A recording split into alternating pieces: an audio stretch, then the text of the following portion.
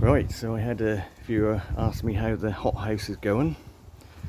I was going to do a video on it at the weekend anyway, and the weekend is here, so why not? We'll have a quick look round and see how it's been doing now the weather's cooled down a bit, what sort of temperatures we're achieving, and to see the growth of the plants. You know, this has been 3-4 weeks completed, so there's been a decent amount of growth on a lot of plants, so let's have a look.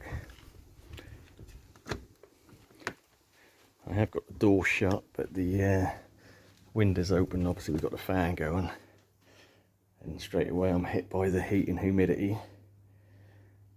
So it's bright, but it's sort of, the polycarbonate roof does a good job of sort of blocking light, so I ain't got to worry about sort of shade cloth or that. We don't get bright direct sunlight apart from, you know, morning when it comes through the windows as such. So yeah, I'm not going to go through everything, but yeah, things have been growing well. A lot of the palms which are outside during the summer that sort of stalled a bit have certainly started to go into growth now. I guess a good example of that would be the Edenidia Morellii Christmas palm. So this was a spear which had been there sort of from the start of summer and never really wanted to open until it's been undercover. Now it's really started to do its thing. So I have brought some of the more tropical plants from the garden in here. So we had like the Alocasia here, I believe it's a Regal Shields, and it sort of ticked away outside, sort of knocked out a couple of leaves, but it's not been a good summer for that sort of thing. So I brought it in here and that's really started to perk up. Yeah, so even stuff like the pitcher plants, they grow well outside, you know, they are hardy, but with the heat they really have put on some growth. They weren't really doing much at all, just been sort of a cool start to summer, but yeah, they really start to go there. Yeah, an interesting one was the pygmy date palm, or Phoenix robellini. So this one was kept cold over winter in the summer house, and it didn't spear pull, but had a bit of sort of rot in the crown. It didn't look good, so we did have a few sort of stunted fronds on it, and this is a double. But yeah, since then it's doing well. It's pushing out all new growth, not looking too bad. But yeah, since it's actually been in here just in them few weeks, we've got some flower spikes coming out, so we'll have flowers on that, which is surprised me really, because these are quite small. They're not really got any trunk on them, maybe 3 or 4 inches if that. So yeah, again, a lot of things I've done well. I have, you know, as I've been out and about, brought food plants, which I shouldn't really, for in here, because they're all going to have to come in eventually. Classic example of this is the old dragon scale Alocasia. I just love the leaves on these. Couldn't resist that at £6.50. There's 3 or 4 plants in there that will go dormant over winter, because I won't be giving it the temperatures it need indoors, so that will literally die back, and then we'll start off again next year. But yeah, the real growth has been down this end. Really impressed.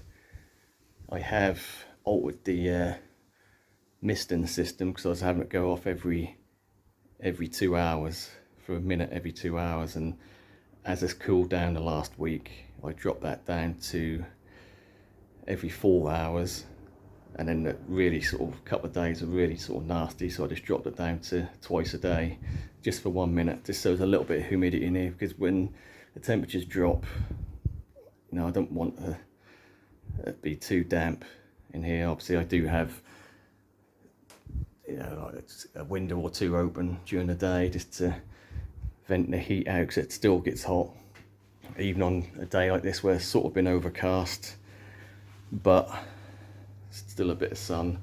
And in here it's 29 degrees, so I've been trying to keep it, you know, sort of around between 25 and 30, and we have maxed out with 32 with the windows open.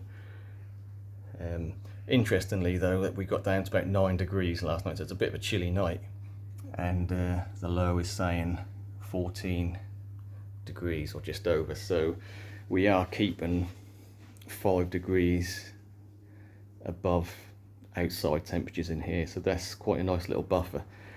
And that's not going to be like that over winter, I know, because what's happening, you're getting that sort of radiator effect where during the day it's heating up in here to a nice extent, and we've got a lot of pots, a lot of soil in here which will warm up. So if it does cool down, you're going to sort of radiate a little bit of warmth from that. So I'm well aware that in the winter we're not going to achieve, without heating, we're not going to achieve sort of drastically different temperatures from outside to in here. So we are going to heat this to an extent, just to keep it frost free, not actually to warm it up. But yeah, I think I've gone through this before anyway, so I'm well aware we're not going to achieve, even when it's warming up during the day. In the summer you get sunny day, in the winter, sorry, that's not going to warm anything up enough to sort of radiate any heat out overnight. So we are going to see some cool temperatures in here. Anyway, so the plants, so this is what they look like now. So this is literally, like I say, I forget, 3-4 weeks since I planted this up. The Colocasias have actually gone mad. I had a marigold which was outside, very small, very poor summer, we know. So I divided it into 3 because there's 2 little offsets, and this is one of the small offsets, and that's actually overtaken size wise the big main plant. You know, these are good sized leaves on these, nice colour as well. I do like them. That's the most impressive out of all the Colocasias, I think, for just how much they've grown, responded to the heat levels in here and the humidity. They really have done well. So that is definitely one I'll be growing in here next year.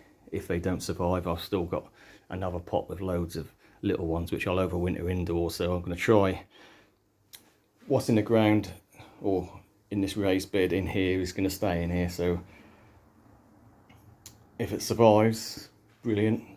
If it doesn't, I will have backups, and that goes the same for the Redemption. So again, I had to cut off all the leaves on these because we had a lot of spider mites before I got the misting system going. Everything was covered in spider mites, so basically I cut all the leaves off the Colocasias, apart from obviously the newest leaf. And yeah, so in that time we've pushed out 2 leaves on these Redemptions. They're not as dark as they would be outside, because again, this is filtered light in here, it's not 100% sunlight, so the pinks are not going to be as strong and the leaves aren't going to be as black, but they are going to grow better and they are going to achieve more like their potential. So exactly sort of similar situation this side. Again, we've got sort of 1 opened leaf, and then we've got 1 leaf here. So I mean, one thing which is disappointing but was kind of expecting, because the misting system, obviously it's spraying water all over the leaves, and we have hard water in my area, so that is the downside. So what you're seeing here, if you see any sort of white residue on the leaves, that is just marks from the water, hard water, which is a shame, but it's either that or spider mites, and I know which one I'd rather have. But again, on the lighter green leaves, you don't really notice it. It's only on the darker leaves. But yeah, in general, everything I've planted in here has done really well. Even begonias really sort of filled out, putting on tons of new growth. Yeah, so these Redemptions, the pups are really coming on well. So what I'm going to do is pluck them pups or offsets off, leave the main plant in, and that'll be my insurance policy. So we've got 2 pups on this one, and on the other side we've actually got 4 pups, and some of them are sort of doing quite well now from the main plant. So I will be taking all them babies off and potting them up and take them indoors. So I didn't really, you know, I paid what, 30 quid for a pot of this redemption, so it's not the cheapest. I know it's not particularly expensive, but you know, I'll experiment this year by leaving them in here and taking the babies off. Right, so again we've got a lot of stuff growing well. I mean, since coming in here we've got the bird of paradise all pushing out new leaves. We've got the Alocasias here which are pushing out new leaves. Even the very fussy Alocasia grandis. There's actually 4 little palms in this pot, and they've all started to really push out some new leaves, so they're enjoying it as well, because they're quite a tricky one. Monstera again, just opened a new leaf up. We've got, may have been a mistake putting this one in here. This is a Jack's Giant, so this is going to get massive.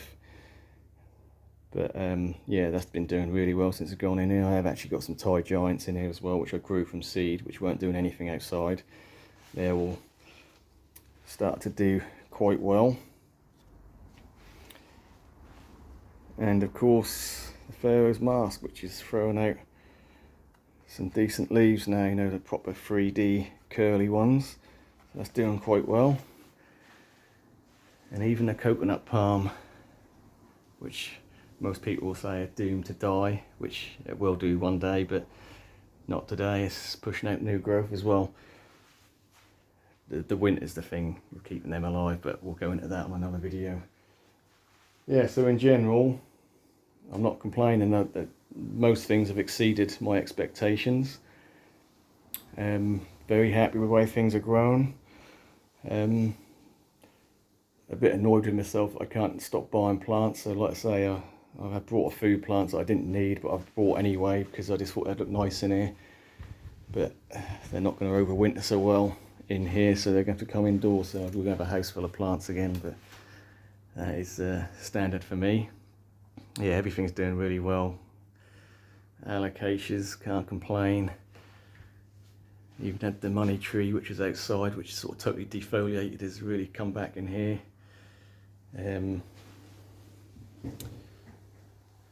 Nice little climber here, Epipremnum.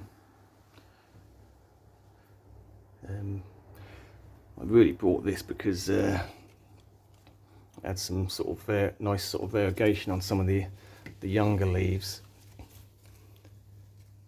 But I don't know, new leaves are just looking green.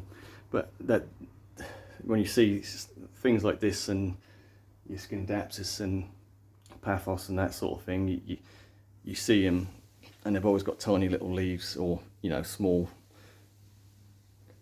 houseplant size leaves I call them, but these have got potential to get 2, 3, 4 foot leaves when they get big. So yeah, stuff like this, when you see it growing on a pole, and you know, you think, oh, that's sort of nice little variegation on that, nice little leaves. These got potential to get a couple of foot.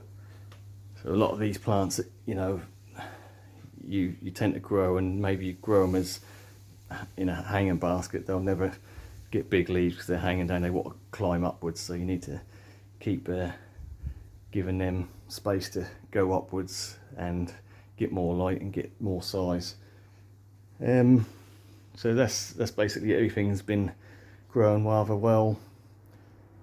I sort of expected it would do, but at the same note, it's going to be a bit of a nightmare over winter in here. So that's going to be the challenge, because I know if you've got a slightly warm environment and you've got a cold environment outside, you need condensation, and that's going to be the biggest issue. So condensation on the ceiling and on the windows. The ceiling's going to be constantly dripping, so that's going to be quite a damper environment than I'd like. So obviously on every opportunity, on a warmer sunny day, there's going to be doors and windows open to try and keep the moisture down, because that's going to be my biggest danger, I think, over winter, is the moisture, condensation, humidity. I need to try and dry this place out. So at the minute we're still getting sunny days and still warm, there's still enough light for plants to keep growing, but I'm going to have to be careful. At some point I'm going to have to stop watering altogether and just let things start to go dormant. Elephant in the room, maybe. Yes, another new plant, palm. Yes, it is quite big, it is touching the ceiling. I'll be doing a separate video on that, so stay tuned for that one. Alright, thanks for watching. Catch you on the next one.